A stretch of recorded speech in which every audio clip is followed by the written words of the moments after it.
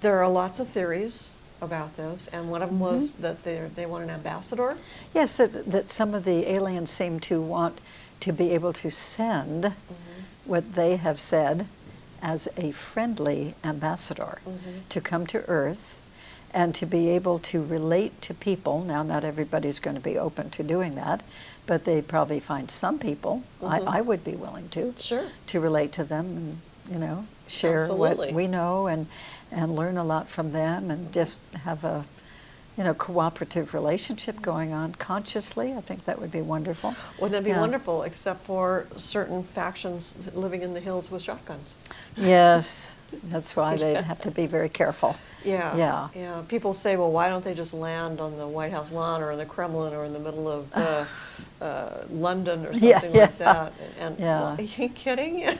Well, we know that they would be surrounded by our heaviest weaponry and Sure. It happens in all the imprisoned or movies. shot down, killed. Yeah. And not only in the movies, but I think our military would rush in, Oh, sure they would. you know, and Because that's they don't know. understandable. They don't know know. what they're dealing with and want to be protective, So want to be sure. do you think they might be infiltrating, kind of slowly indoctrinating our minds a little to be more open to them through film and books and the growing awareness that people are having these experiences, so that it won't be such a huge surprise?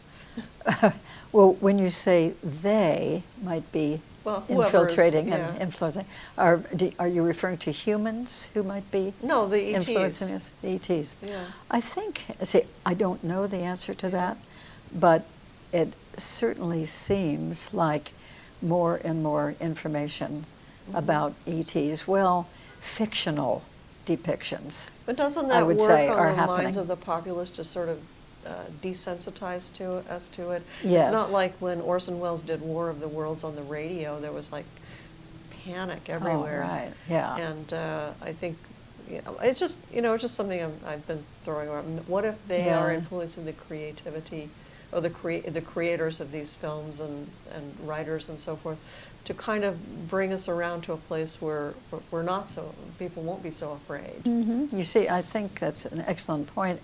And I think that both groups could be doing that influencing.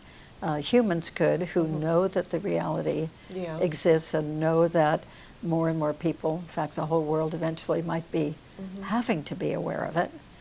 I think that's very possible, and I think it's possible that some of the ETs also could be influencing filmmakers and writers and so forth to put these depictions out there. And we all know so far that they're fictional, but they may too be trying to prepare us so that when they come, if What, they you mean come. E.T. didn't really phone home? Yeah, oh, I love that. Me too. But there were these very powerful movies, weren't there? E.T. and Close Encounters of the Third Kind. Right.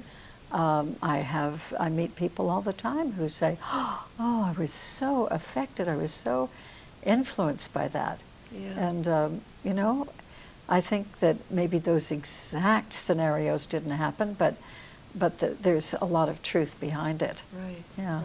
So I think there is a movement going on. Now, let's go back for a moment to the implants. It could be that filmmakers and television producers and so forth, directors, writers, are being influenced through the implants Didn't think of to that. do Could productions on this kind of material. be. Yeah. Yeah. Interesting thought. Yeah. Yeah. And then if it's people who are doing this influencing, are they actually government officials? Are they other groups Who that knows? are connected with the government or Yeah. influencing things? It's terribly hard to say, Yeah. but I think But something's going on. There is more slowly influence people going are on. being more accepting of it and so Yes. forth. I think that's a good thing. It's a good thing. Well, I think so too, because for those of us who've actually experienced it ourselves, we know the reality of it. And it's very difficult, I think, to convince other people who haven't ever experienced it that it is truly happening. But gradually, this sort of familiarization is going on, and I think Yeah. that that's good. You mentioned something a little bit earlier I want to bring out about the education that ETs are giving us. Yes, well, many people find that they are actually being taught over a period of years, maybe their whole lifetime, by extraterrestrials. The way that seems to happen primarily is that the person is taken from home, from the bed or wherever they are, and they're taken to a place. It certainly doesn't seem to be on Earth, but it will look like a place of learning.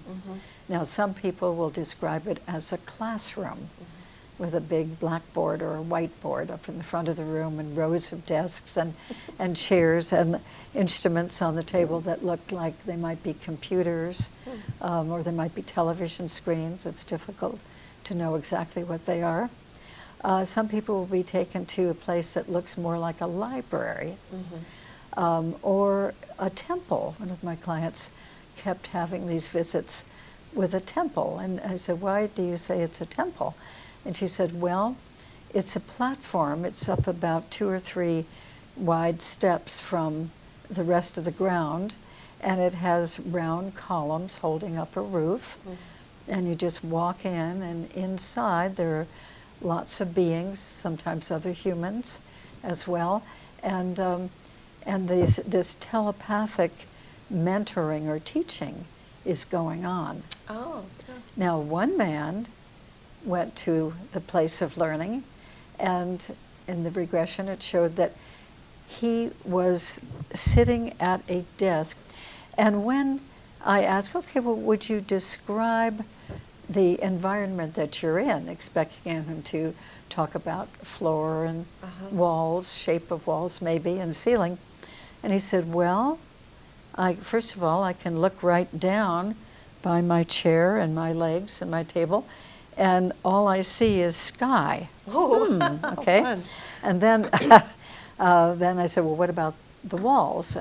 And he said, "Well, I don't see any walls. I just see open air. I see some clouds over there and 1 or 2 over there. What about the ceiling?" "Well, there's no ceiling." And I said, "Well, then do you feel that you're floating?" And he said, "Well, I feel very stable, but there really isn't anything physical around me." How interesting. And I said, "Are you okay with that?" And he said, "Yes, I've done this many times before." And he had a teacher. In all of these cases, no matter what the environment is described as being, a mentor who's extraterrestrial seems to be working with this person. I'm guessing that each person who goes to one of these places has his or her own mentor. And the mentor never speaks with words, but always sends thoughts into the mind of the person telepathically, and the person answers. And one of the things that's very interesting to me is that, and this has happened with so many regressions, that the person is able to give answers or to ask questions telepathically without using any voice or mouth movement or anything. I know. Talking is like so last century. Yeah, it's just so old hat. And that it's perfectly easy. But if that person tried to do that on Earth, hear telepathically or send words telepathically, they would usually either not be able to do that or have great difficulty doing that. But in these experiences, in that special state of being, they seem to be able to do that. So it seems like each person that I've regressed has been taught something different, even if they're in what seems to be a big classroom full of human beings. They're being taught by the ETs. Great way to learn. Yeah. And one client described a number of times, because we did these regressions, sitting in a sort of a barrel-shaped chair, with the sort of the wings of the chair coming out even past her face, and then that was attached by little metal plates that her feet would fit into. And those plates were attached to what looked like a computer screen or a television. And she tried to describe that, and she said, it's like the screen, you don't see pictures or words. What you see is as if it's fluid running down through the screen, not out of the screen. That's what she said. I don't think it is fluid, but that's what it looks like. And I just sit there with my feet in these foot plates, and my hands in my lap, looking at this screen, which is only about maybe 1.5 feet away. Mm-hmm. And I just gaze into it, and I'm being downloaded with all kinds of information. Oh, great. And then occasionally her mentor, who was a tall, very thin, very white, like paper white being, and long, kind of straw-like, sparse hair, but beautiful blue eyes, white skin that seemed to be pulled back over the facial structure and the skull, but the beautiful, brilliant blue, like medium blue eyes, sparkling. And he would always come over, and he would be saying things telepathically and pointing out things on the screen that she was to learn.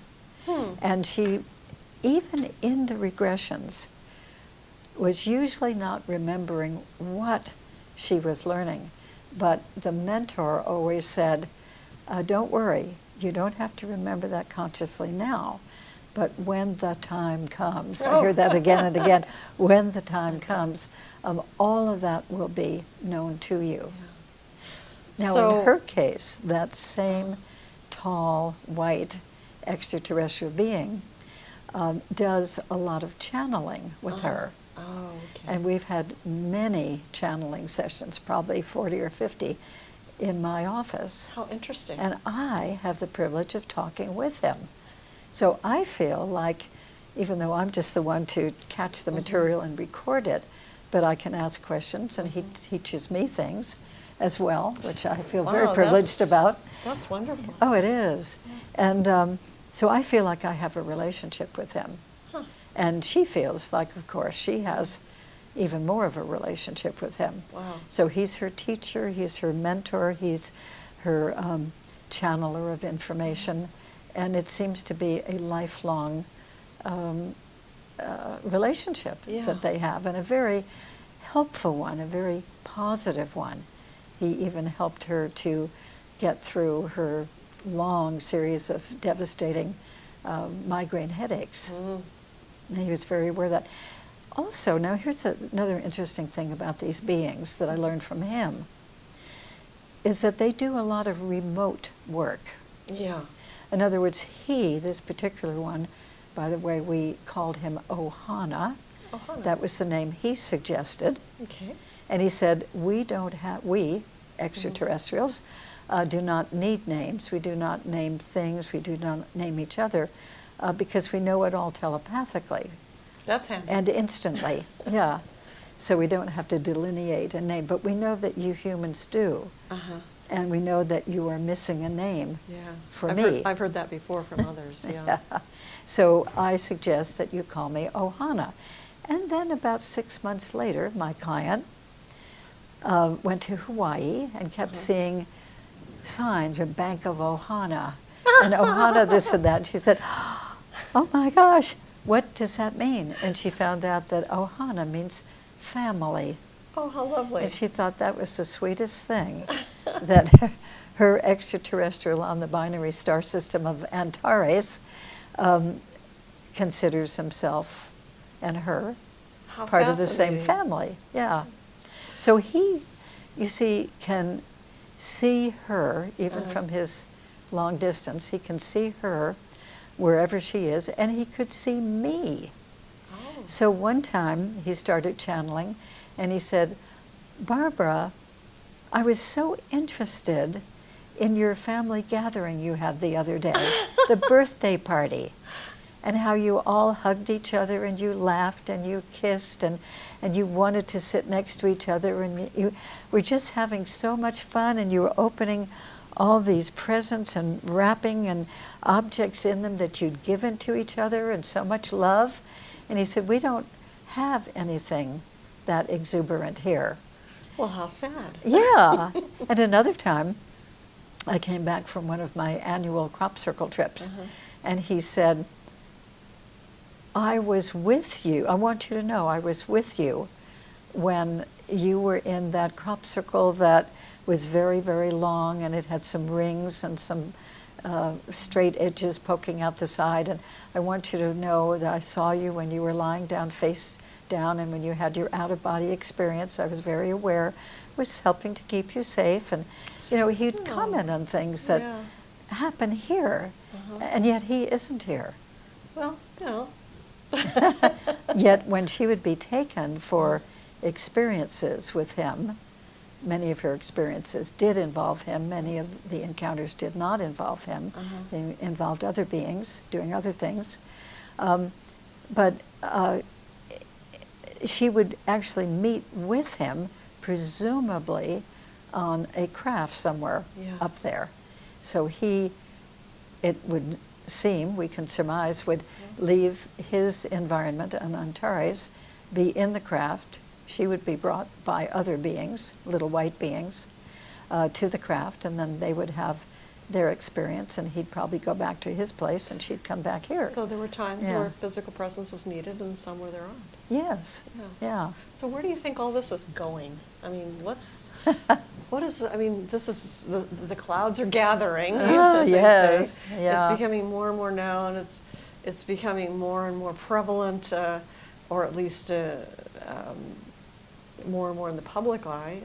And it definitely is. Yeah. I mean, I've just in other parts of my life that don't have to do with this in particular, if I'm talking with somebody on an airplane or somewhere, and the person, somehow we get into talking about this sort of thing, usually because they'll say, well, what do you do? And, I'll mention this among other therapies I do. And they'll say, oh, well, that's interesting, because I really think by now that we're not the only ones in the universe. What a change in attitude from, say, the 1950s. Oh, my goodness, yes.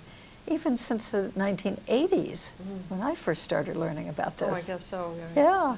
So do you think, I mean, again, where do you think this is going? Is there going to be a point where they will make themselves known really publicly for a particular reason, or at least some of them will, or are they going to go, I'm sorry, I can't do anything here, bye. Yeah, I give up on you people. I give up. You're hopeless. And maybe from their perspective we are. No, I just think that various things are afoot. Various things are in the making. One of them is that I think that more and more people are going to be noticing sightings of UFOs, for instance. Right. Because the more that people hear of it, the more, when they go out anyway, they're going to tend to look up and around at the sky more, and more people are going to see things. And more people are already abundantly coming out into the public eye through documentary films and radio interviews and all kinds of media. Certainly a lot on the internet about this. Oh, well, yeah. Yeah. Of course, we know everything on the internet is true.